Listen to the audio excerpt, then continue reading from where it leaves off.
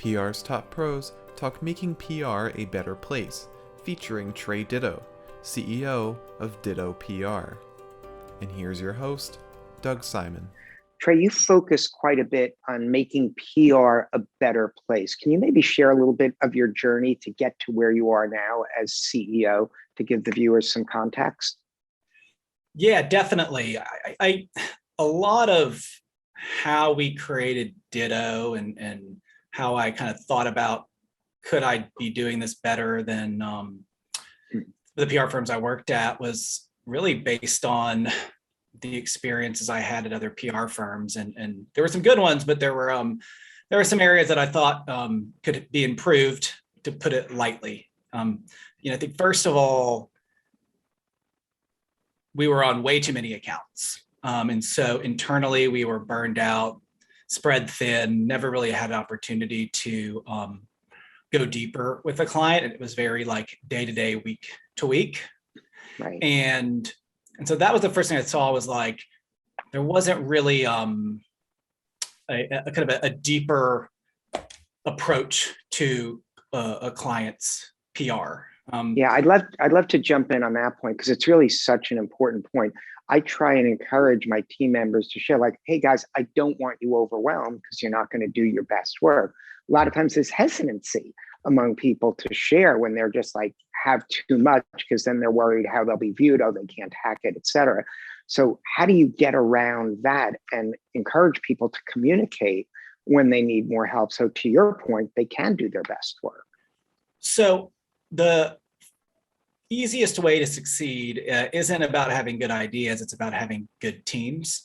If you can have great intentions and great ideas around establishing a positive work environment, but if you don't hire the right people, and it's impossible. So the first step is hiring people that have really bought into a company's mission and values. And so for me, it goes beyond being a quote unquote PR firm. I really try not to even use the phrase public relations when I talk to candidates, because it's really about coming to a company that you believe in and that you see where there's not only growth, but just a positive, work experience. So having the right team is critical, because if you have the right team, that means that every new employee that starts not only feels welcomed, but they also see that everything we talked about as it relates to Ditto in the interview process was true, which creates really just a safe space. I don't know if I ever felt very safe at any PR firm I worked at, because if I was struggling, I didn't want to throw my hand up. If I didn't understand something, I didn't want my boss to like think that maybe I just didn't get it. And so we really try to foster an open, honest kind of sharing environment where people can just be honest about, where they're struggling and where they want to improve.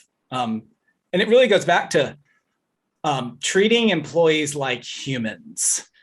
Stop treating them like staff and billable hours and warm bodies, and treat them like people. Because if you show that you really care about who they are, how they feel, you care about their personal growth, creating that two-way street through transparency will incentivize them to do the same, to go above and beyond, because they see the sacrifices that people are making for them. And they also see that a company is doing things fairly drastically different and better than the place they were at before. Yeah, and fostering a happiness culture that has a business positive, and you've alluded to some of those things. How do you make sure that synergy happens? So I think the first thing is like lots of education. It's not easy being a boss. It's not easy to be a supervisor or a senior employee, and it shouldn't be. One of the things I've always said is some of the problems with supervisors or senior level employees is they get greedy and they get lazy. It's hard to mentor people. It's easy to take care of the high performers.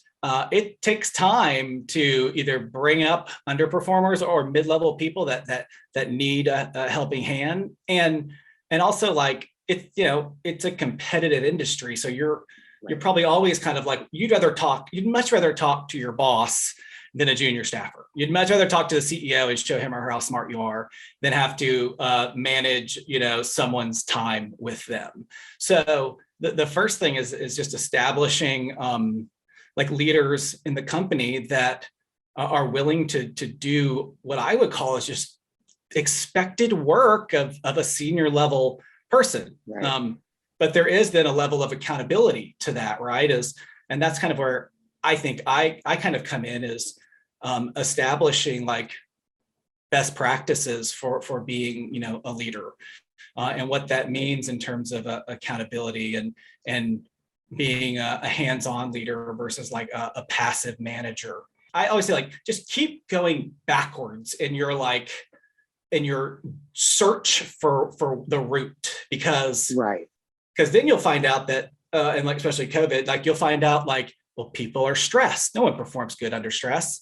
And you'll be like, well, why are you stressed? And you find out this person wakes up and checks their phone and their Slack in the morning immediately and starts their day off absolutely stressed with work stuff. So we keep going back into like, let's start your day off right too. I always tell people, I want you to do 3 things before you check any work-related device. And that could be everything from drinking coffee and brushing your teeth to going for a run. I don't care, but start your morning off on your terms. Yeah. And that gets to another challenge in that sometimes you feel that the people who are best at the given job should get the promotion of manager, like your best salesperson or your best media person. They should get to manage, but sometimes they're really great at the job, but they're not great at managing. So how do you avoid that sort of natural pitfall? Oh, they're our top seller, they should run the sales team, when maybe that's not their skill set, because that's another area that can make a huge difference to company satisfaction of individual employees. I think the first thing is recognizing that whenever someone gets promoted, they are taking on a new set of skills that they've never done before.